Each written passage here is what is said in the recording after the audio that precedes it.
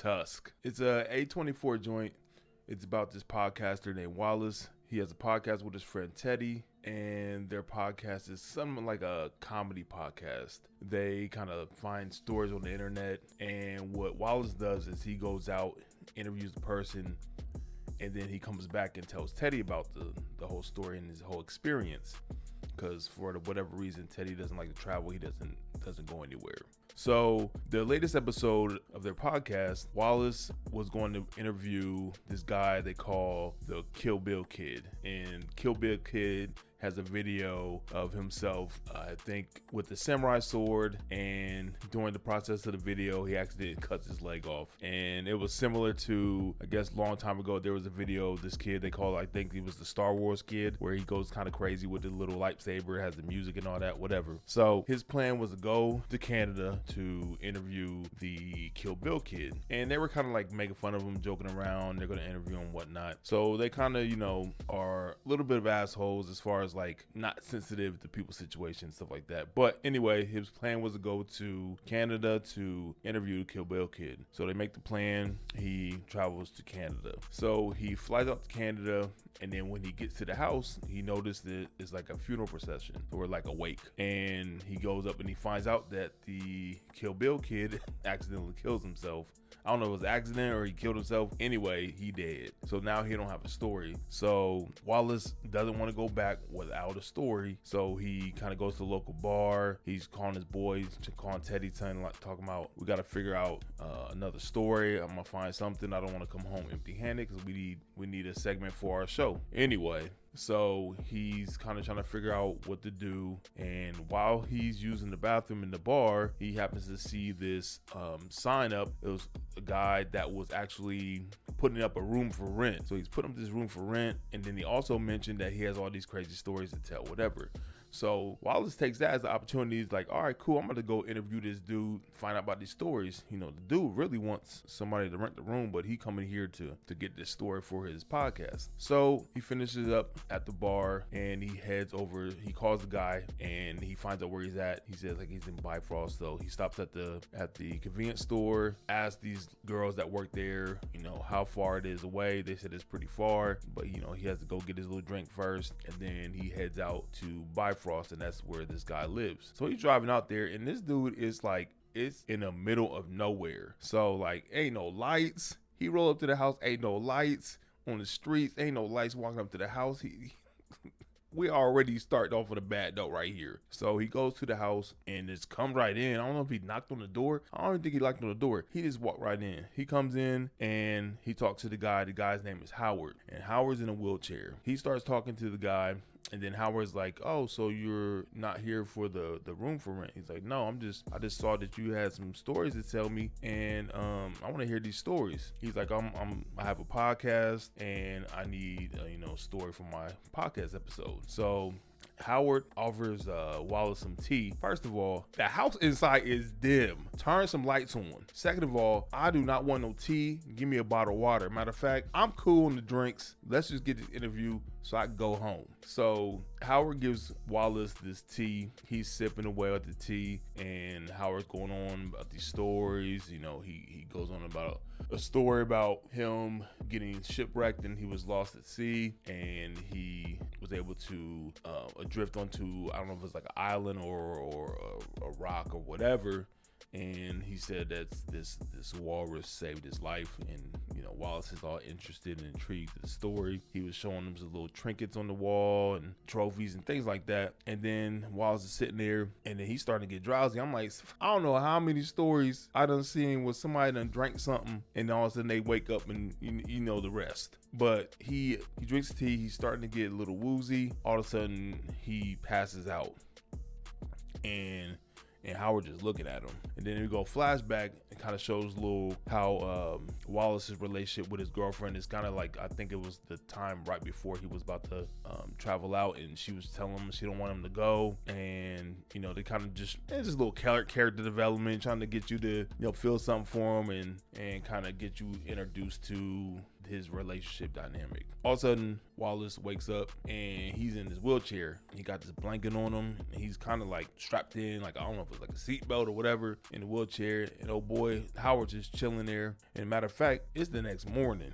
so he been asleep all night. He's kind of woozy. He's barely waking up. And Howard just way too casual. He comes over. He's like, oh man, he's like, I was worried about you. You were out, and then he's talking about some spider came and bit him, and he was like, hey man, I had to cut your leg off. So he pulls the little sheet back and he done cut one of his legs off. First of all, you ain't even call 911, do something. Why are you cutting my leg? You take it upon yourself to cut my leg off. See, this is why you don't go over nobody's house. You don't know. You don't drink nothing, especially in the open cup. Open cup, no open glass, no open mug. You don't drink no drinks at nobody's house you don't know. Bottled water only, or don't drink nothing. So Wallace is like halfway out of it, trying to figure out what's going on. And he was like, hey, I need to make a phone call. This dude talking about I ain't got no phone. So I would have been like, man, where my phone at? Matter of fact, where my phone at? You feel me? Anyway, so he's just like, oh, the doctor, he left and the doctor's not here. There was no doctor. He's like, oh, just get ready for dinner. Dinner's at 6 or whatever. He just leaves him in the room in the wheelchair. I'm looking down at my leg and he gonna cut my leg off. I'm in this room by myself in the middle of nowhere. My phone gone. It ain't looking too hot. I'm probably just about to oh my God, and end it. You feel me? So kind of fast forward, Wallace is at the dinner table with Howard. Howard's just talking. I'm sitting here like, I don't care what you talking about. I'm not listening. Kill me. Howard's going on about this whale that saved his life, and it was his friend and this and that. And he was telling Wallace that he got this whale suit. He about to make Wallace wear this whale suit. He about to make him wear this whale suit, and you about to be a whale. He said, you about to be a whale, you ain't about to be nothing. And all I say, I don't want to be nothing, because I ain't about to be no whale. Kill me. He left him in the room. I mean, first of all, this dinner table is dark, and his phone starts ringing and it's far away. Phone loud. I don't know why a boy didn't just come back and get him right away or take the phone. Like, why he just leave the phone for him anyway? So he gets to the phone. He picked up the phone. He just missed the phone call from his girl. So he's trying to call him back. Like, you just called him. Why are you not picking up the phone? So he calls him back. He in like, I need some help. This dude trying to cut my leg off. He trying to kill me. This and that. He going crazy, right? As you should, right, in this situation. So he's calling his girl Allie. He is calling his boy Teddy. Ain't nobody picking up the phone, right? He done called nonstop. I don't know how many times he called, and nobody's picking up. So he's just leaving messages. And then all of a sudden, here come Howard. He sneak up behind him, clocked him over the head, knocks him out. Wallace over here fighting for his life. Yeah, I'm fighting for my life.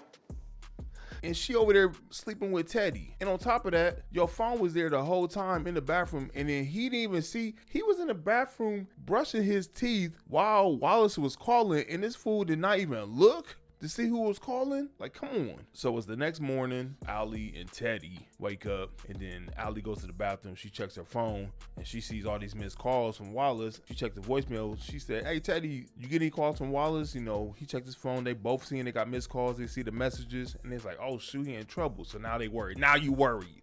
You weren't worried when he was blowing your phone up yesterday and nobody was answering because you was in the bed with Teddy. But now they go and they worried they got to go rescue him. Allie's on the phone with the police saying we got to go to Canada. My boyfriend's missing. Seems like he's in trouble. He got kidnapped or whatever the reason or whatever the case may be. And he's like, do you have a description of the dude? He's like, well, I got pictures of him on his website. And their podcast is called Nazi Party, but it's like not see as in like, not seeing it, whatever, right? So that's the whole premise of their podcast, because Wallace goes out and Teddy doesn't see what he sees and he comes back and tells him the story. So that's why. Anyway, we getting off topic here. So once they hear that, they hang up. So they just both go to Canada and they try to like retrace Wallace's steps. They go to the car rental spot, try to get the description, try to find out what car he rented, because obviously the car didn't get turned back in and it's still out there and it's somewhere out there. So they had to trace it that way based on, I'm assuming he did talk to him at the bar. So Teddy knew that he went to the bar. So then they go back to the bar, they talk to him, they show a picture of him. It's like, have you seen this dude? Nobody knows anything, right? So while they're doing that, they get a hold of this private investigator and they meet up with the private investigator. Meanwhile, you go back to the crib, go back to the house. Howard got Wallace on the damn operating table. He done cut both legs off. He done doing stuff with his arms. He done cut his tongue out. He did all this stuff. He about to get him ready to be this walrus. So you cut back to Allie and Teddy. They're meeting up with this private investigator, and they meet up with him at this diner. He's kind of going over like the description of what's going on and telling them about there's a serial killer out there killing people. He's like cutting limbs off. He's doing this and that with them, and you know, it's like this dude, he gonna be victim number 24. Correct. How many people has he killed? 23. And if your friend has been abducted by the same monster that I am hunting, it is probably going to be 24 pretty soon. Meanwhile, this dude done ordered all this food. He eating all this food, like, wrap this food up. We got stuff to do. Ordered all this food, and he sat there and ate it. I guess they got the information to track down the GPS to find the car, so they go out and they're searching for that car. Go back to the house. Wallace is in full-fledged walrus outfit. He in walrus mode. And I don't know how he, first of all, he got pieces of walrus, or is it pieces of skin? I don't know what this walrus is made of, but it's obviously, I'm assuming it is people's skin that he took off of their bodies that he's killed, and he kind of just sewed a walrus outfit out of it, because it didn't look like walrus skin, because ain't walrus is like gray or something like that. Anyway, so he got him in the walrus outfit. He done got the whole tusk and everything, and he got him chained up, and he got some damn pool or something like that in some aquarium in his basement, and he got him chained up to there. So he's full walrus mode. First of all, you done had about 3-4 major surgeries in the span of 36 hours. Ain't got no painkillers. I know them wounds are not healed. I know he's got to be in pain. It ain't no way he flopping around like a walrus. I'd be in pain. I wouldn't even be moving. But he's screaming, and this dude looking at him, he's like, you know, calling him Mr. Tusk. I'm like, you talking about Mr. Tusk? Kill me. So he's like, you know, trying to get him to get comfortable and get used to being a walrus and whatnot. I'm like, no, I'm not going to get used to being a walrus. So you might as well go ahead and just kill me. There was a point where he was trying to get him all acclimated to his new life, and he's like, all right, it's time for you to swim, and he throws his ass in the water, and this fool, he ain't got no legs no more. He got him in a damn skin walrus outfit, and I don't even know what he did to his arms, but he can't swim. He just sinks to the bottom, and then he in the bottom of the water, and he sees another walrus, probably the last victim. He done turned into a damn skeleton, that his carcass is down at the bottom. So now he panicking. I would have drank all that water. I would have died right there. You ain't giving me CPR, because you can't give me CPR because you turn me into a walrus. So I would have just inhaled all the water, and I would have been dead, and it would have been the end. But then I'd just been a victim 24, and then that ain't the point. But anyway, so he pulls him out the water, and then he gets to the point where he gives him some fish. He told him to eat his little fish, and it's like, first of all, it ain't been long enough for me to be eating no damn raw fish. It's gonna be months. I'm in there for months. I'm starving. Not no day. I fasted 18 hours before. I can go 48 without eating a damn raw fish with my damn Tusk face. I ain't gonna do it. So then he comes back, and then he's talking about how they gotta do battle or something like that. He wants to be one. I want you to be complete walrus and all. This movie, man. He come back. He got a full damn walrus. He got a little walrus helmet on with the little tusk coming down. They about to do battle. He's watching videos of walruses and seagulls playing. He got some makeshift projector screen, whatever. This dude crazy. He got to go. So they cut back, and the PI and Allie and Teddy, they find the rental car is in some lake, pond, whatever they got over there. That's where the car is at. And he's like, he's not in there. Let's go find him. Old boy pulls out some guns, and he's like, he got to be somewhere close. Meanwhile, Wallace got to do battle with this damn dude. He in there he had no clothes on. He just got some drawers on or something like that. He got some drawers on and a damn walrus head or some skins or whatever on his head with the tusk on there, and they bumping chest. They about to do battle, and then Wallace just snaps. He knocks him over. He starts just yick it, going in on him. Then here come Allie, the PI, and Teddy. They bust in. They got the guns ready to go. Wallace then already killed old boy, and then she's distraught because she see him in a damn walrus outfit. He done turned full walrus, and Teddy's, you know, distraught too, and he's consoling her and everything, and she screams out his name, Wallace, and Wallace look over. He's still hysterical because, you know, he just killed somebody. It's like a day and a half. It's been a day and a half, man. How are you full-fledged going crazy? Usually when you captive, it takes anyway. So he's out of it. I can understand too, because your legs done been cut off. This dude cut your legs off and he put you in this suit, and P.I. comes in. He's about to just put Wallace out of his misery. He sees that. He's like, damn, I wouldn't want to live like that either. Let me go help him out. And they stop him. They basically rescue him. So then it goes like a year later. They done got Wallace in a damn animal sanctuary. They got him in the animal sanctuary. Do y'all understand? Kill me. I do not want to live as a walrus. You got the nerve. Teddy and Allie got the nerve to show up to visit him in this damn animal sanctuary, and she gonna bring him a damn fish. I would have been starved myself. I'm not living like this. And then they got him in this dog house looking. It looked like one of the igloo. That's what the joint, the igloo joint for, like, you know, when your dog is outside and you probably live in an area where it's a little chilly, whatever like that. You know, people that got dogs know they got the igloo. I used to work at PetSmart, and I remember having to load those things in the trucks. But anyway, the igloo. He got him in the igloo next to this dirty pool with a beach ball. And what he gonna do with that beach ball? What is he gonna do with the beach ball?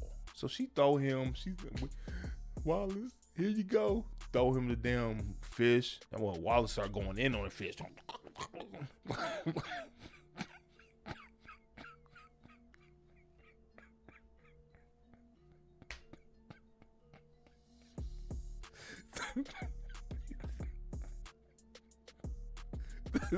This is his life. Like, I'm starving myself and I'm dying. I'm not living a year as a walrus. I'm not doing it. But Wallace is in the sanctuary. He's a walrus.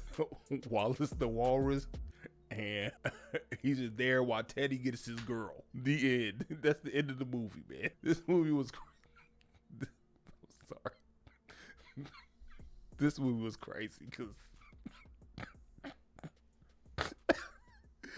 ain't no way. There ain't no way. Ain't no way. All in all, it was a good movie. And end of the day, you wouldn't catch me eating no damn fish. No raw fish. Since we on this whole body horror, because this movie was like a body horror type movie, you know, with like mutilation, everything like that.